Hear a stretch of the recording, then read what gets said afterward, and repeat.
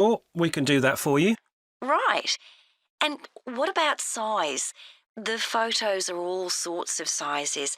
Are there any restrictions? Well, the maximum size of photo we can do with our normal service is 30 centimetres, and each picture must be at least 4 centimetres. That's the minimum we can cope with. Well, that should be fine. And some of them are in a frame. Should I take them out before I send them? Yes, please. We can't copy them otherwise. And also the photos must all be separate. They mustn't be stuck into an album. OK, that's not a problem. So, can you give me an idea of how much this will cost? I've got about 360 photos, I think. We charge £195 for 300 to 400 photos for the basic service. OK, and does that include the disc? Yes, one disc, but you can get extra ones for £5 each. That's good. So, do I need to pay when I send you the photos? No, we won't need anything until we've actually copied the pictures. Then we'll let you know how much it is, and once we've received the payments, we'll send the parcel off to you. Right. Before you hear the rest of the conversation, you have some time to look at questions 4 to 10.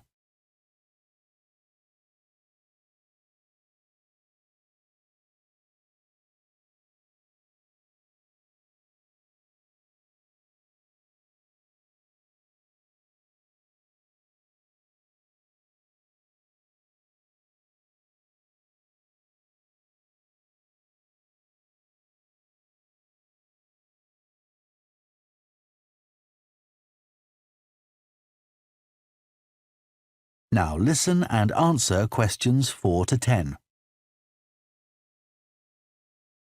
Is there anything else you'd like to ask about our services?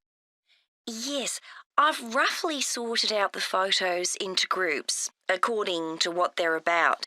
So, can you keep them in those groups when you copy them?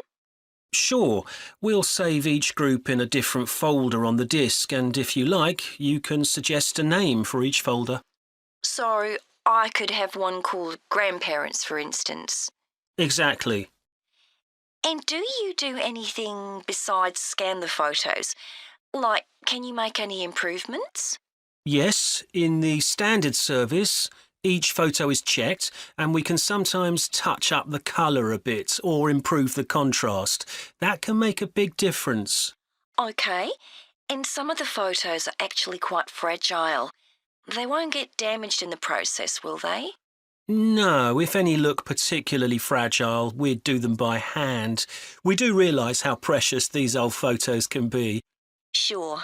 And another thing is we can make changes to a photo if you want. So if you want to remove an object from a photo or maybe alter the background, we can do that. Really?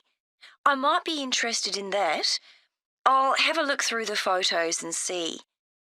Oh, and talking of fixing photos, I've got a few that aren't properly in focus. Can you do anything to make that better? No, I'm afraid that's one thing we can't do. OK. Any other information I can give you? How long will it all take? We aim to get the copying done in 10 days. Fine. Right, well, I'll get the photos packed up in a box and post them off to you. Right. If you've got a strong cardboard box, that's best. We've found that plastic ones sometimes break in the post. OK. Right, thanks for your help. Bye. Bye. That is the end of part 1. You now have half a minute to check your answers to part 1.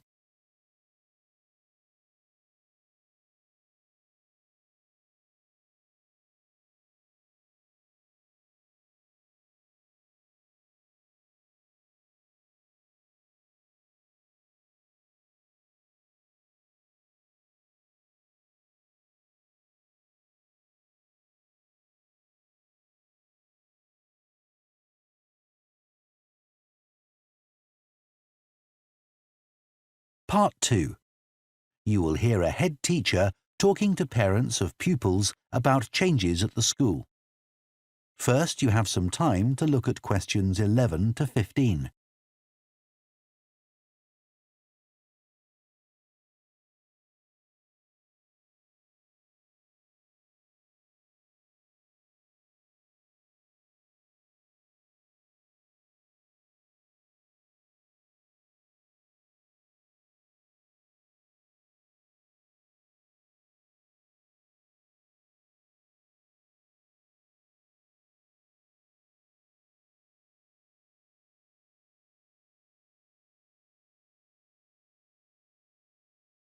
Now listen carefully and answer questions 11 to 15. Good morning, and thank you for coming here today. I'd like to bring you up to date with changes in the school that will affect your children.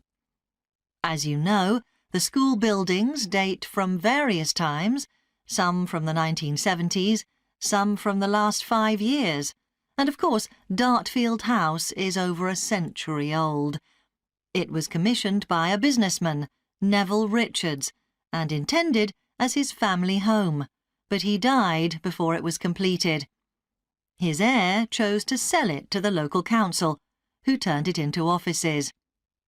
A later plan to convert it into a tourist information centre didn't come about through lack of money, and instead it formed the nucleus of this school when it opened 40 years ago. The school has grown as the local population has increased, and I can now give you some news about the lower school site, which is separated from the main site by a road. Planning permission has been granted for development of both sites. The lower school will move to new buildings that will be constructed on the main site. Developers will construct houses on the existing lower school site. Work on the new school buildings should start within the next few months. A more imminent change concerns the catering facilities and the canteen. The canteen is always very busy throughout the lunch period. In fact, it's often full to capacity because a lot of our pupils like the food that's on offer there. But there's only one serving point, so most pupils have to wait a considerable time to be served. This is obviously unsatisfactory, as they may have hardly finished their lunch before afternoon lessons start. So, we've had a new food hall built, and this will come into use next week. It'll have several serving areas, and I'll give you more details about those in a minute. But one thing we ask you to do to help in the smooth running of the food hall is to discuss with your children each morning which type of food they want to eat that day, so they can go straight to the relevant serving point. There won't be any junk food, everything on offer will be healthy, and there's no change to the current system of paying for lunches by topping up your child's electronic payment card online. You may be wondering what will happen to the old canteen. We'll still have tables and chairs in there, and pupils can eat food from the food hall or lunch they've brought from home. Eventually, we may use part of the canteen for storage, but first, we'll see how many pupils go in there at lunchtime. Before you hear the rest of the talk, you have some time to look at questions 16 to 20.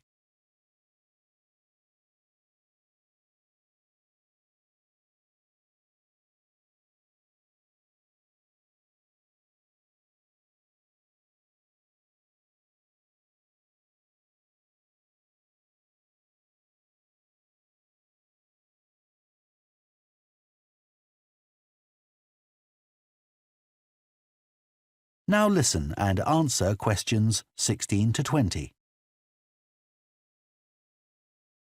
OK, back to the serving points in the food hall, which will all have side dishes, desserts and drinks on sale, as well as main courses. One serving point we call World Adventures. This will serve a different country's cuisine each day. maybe Chinese one day and Lebanese the next. The menus will be planned for a week at a time, so pupils will know what's going to be available the whole of that week. Street life is also international, with food from 3 particular cultures. We'll ask pupils to make suggestions, so perhaps sometimes there'll be food from Thailand, Ethiopia and Mexico, and then one of them will be replaced by Jamaican food for a week or 2. The Speedy Italian serving point will cater particularly for the many pupils who don't eat meat or fish. They can be sure that all the food served there is suitable for them. There'll be plenty of variety, so they shouldn't get bored with the food. OK, that's all on the new food hall. Now, after-school lessons. These are very popular with pupils, particularly swimming. In fact, there's a waiting list for lessons. Cycling is another favourite, and I'm delighted that dozens of pupils make use of the chance to learn to ride in off-road conditions.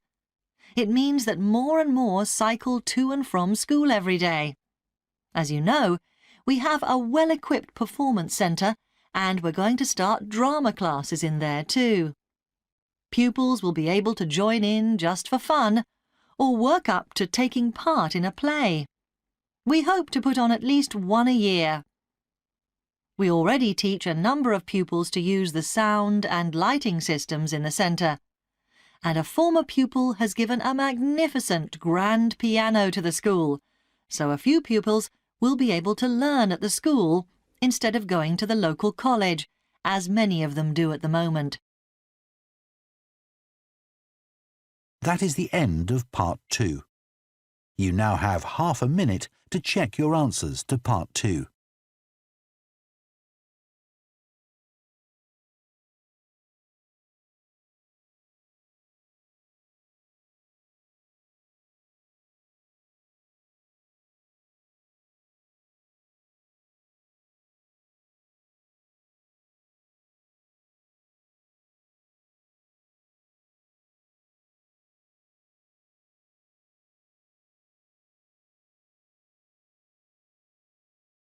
Part 3.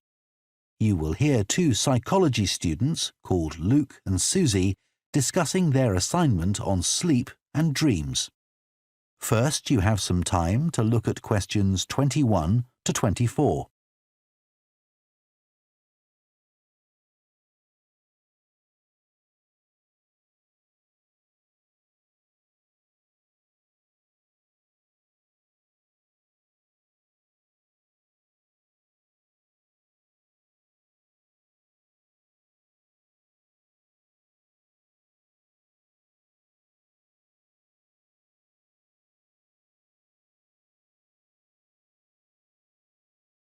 Now listen carefully and answer questions 21 to 24. So, Luke, for our next psychology assignment, we have to do something on sleep and dreams. Right. I've just read an article suggesting why we tend to forget most of our dreams soon after we wake up.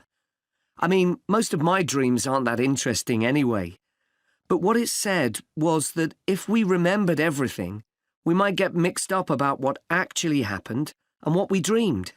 So it's a sort of protection. I hadn't heard that idea before. I'd always assumed that it was just that we didn't have room in our memories for all that stuff. Me too. What do you think about the idea that our dreams may predict the future? It's a belief that you get all over the world. Yeah. Lots of people have a story of it happening to them. But the explanation I've read is that for each dream that comes true, we have thousands that don't, but we don't notice those. We don't even remember them. We just remember the ones where something in the real world, like a view or an action, happens to trigger a dream memory. Right. So it's just a coincidence, really. Something else I read about is what they call segmented sleeping.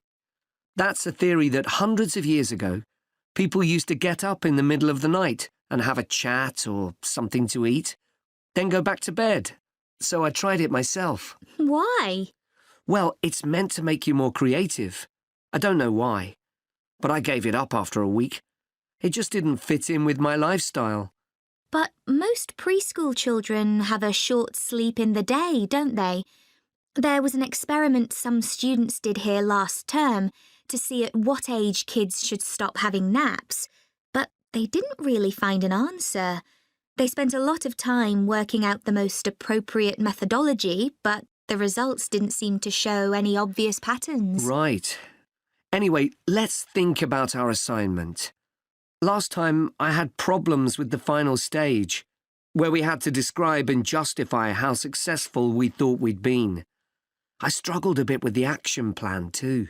I was okay with the planning, but I got marked down for the self-assessment as well. And I had big problems with the statistical stuff. That's where I really lost marks. Right.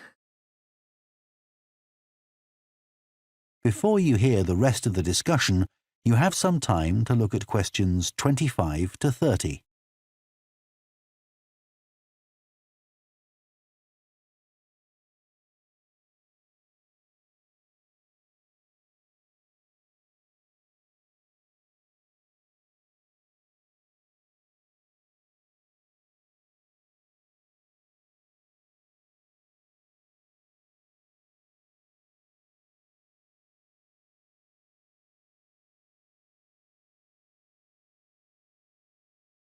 Now listen and answer questions 25 to 30.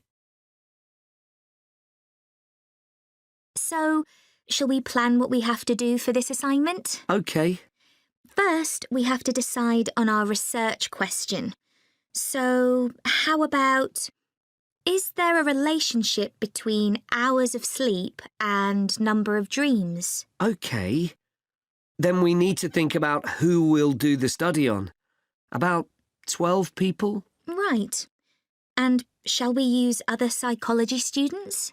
Let's use people from a different department. What about history? Yes, they might have interesting dreams. Or literature students. I don't really know any.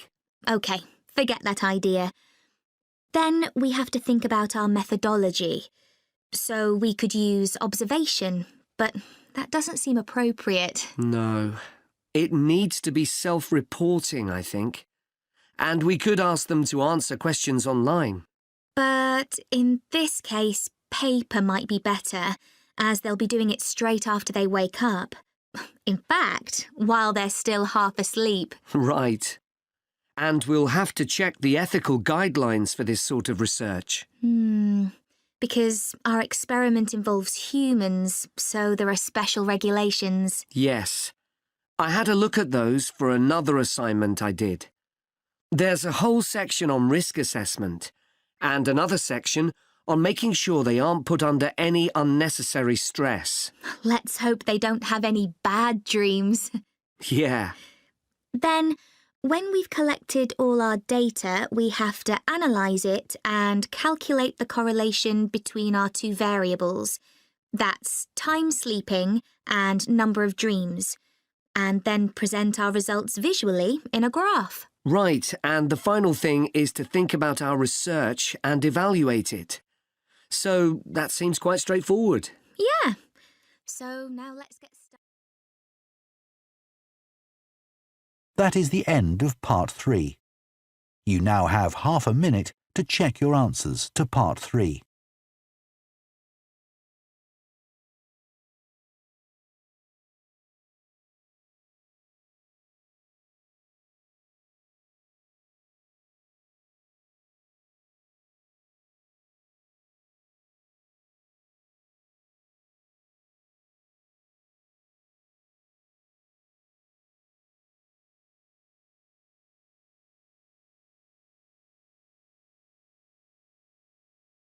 Part 4. You will hear a sports science student giving a presentation on the health benefits of dance. First, you have some time to look at questions 31 to 40.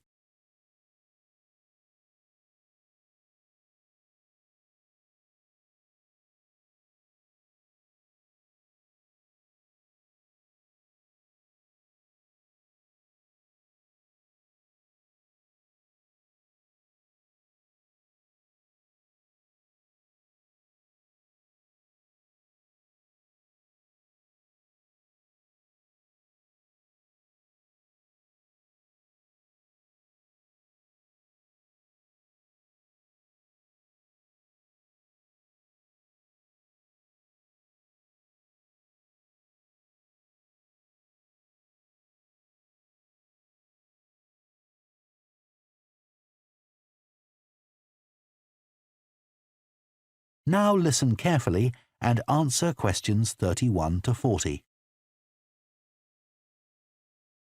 Dancing is something that humans do when they want to have a good time. It's a universal response to music found in all cultures. But what's only been discovered recently is that dancing not only makes us feel good, it's also extremely good for our health. Dancing, like other forms of exercise, releases hormones, such as dopamine, which make us feel relaxed and happy. And it also reduces feelings of stress or anxiety. Dancing is also a sociable activity, which is another reason it makes us feel good. One study compared people's enjoyment of dancing at home in front of a video with dancing in a group in a studio.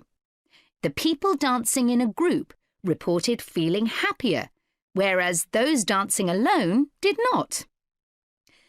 In another experiment, university researchers at York and Sheffield took a group of students and sent each of them into a lab where music was played for 5 minutes. Each had to choose from 3 options: to sit and listen quietly to the music, to cycle on an exercise bike while they listened, or to get up and dance. All were given cognitive tasks to perform before and after. The results showed that those who chose to dance showed much more creativity when doing problem-solving tasks. Dr. Lovett at the University of Hertfordshire believes dance could be a very useful way to help people suffering from mental health problems. He thinks dance should be prescribed as therapy to help people overcome issues such as depression.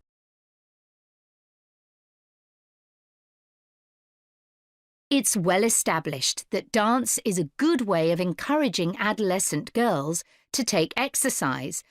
But what about older people? Studies have shown that there are enormous benefits for people in their 60s and beyond.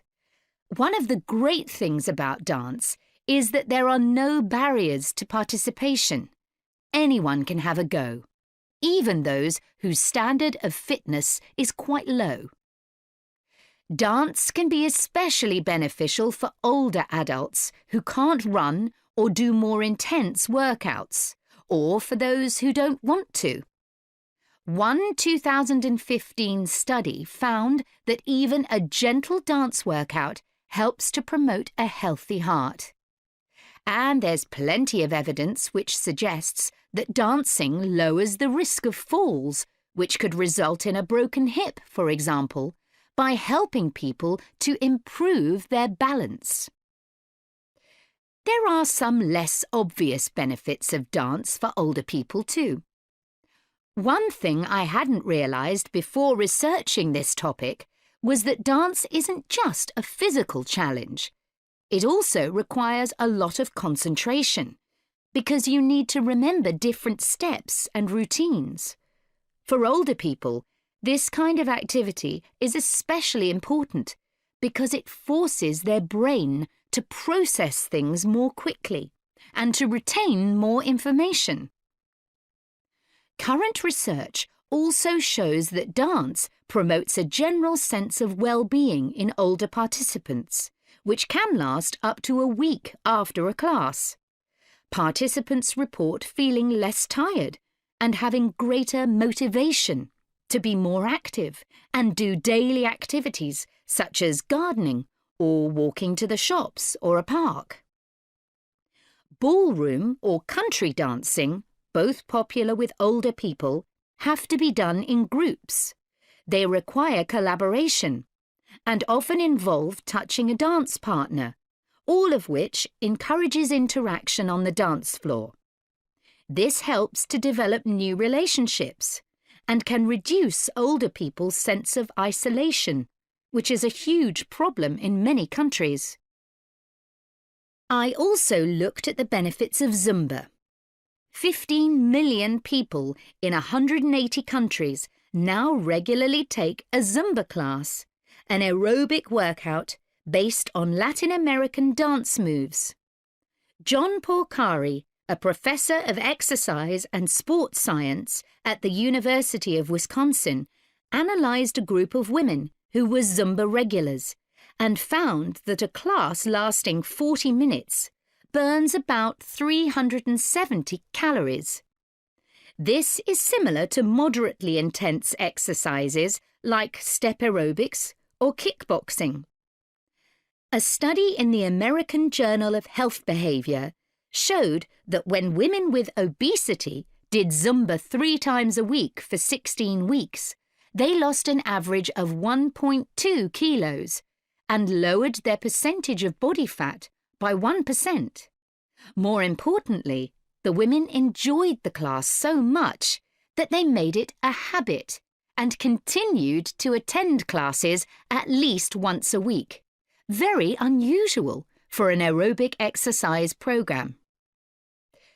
Dance is never going to compete with high-intensity workouts when it comes to physical fitness gains, but its popularity is likely to keep on rising because it's such a fun way to keep fit. That is the end of Part 4. You now have 1 minute to check your answers to Part 4.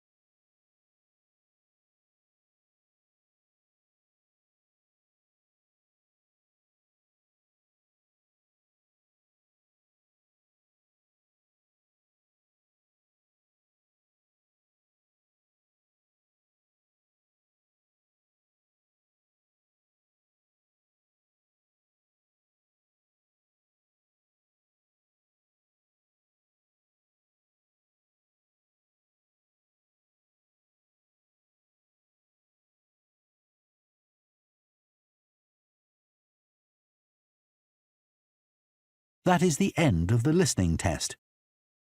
In the IELTS test, you would now have 10 minutes to transfer your answers to the answer sheet.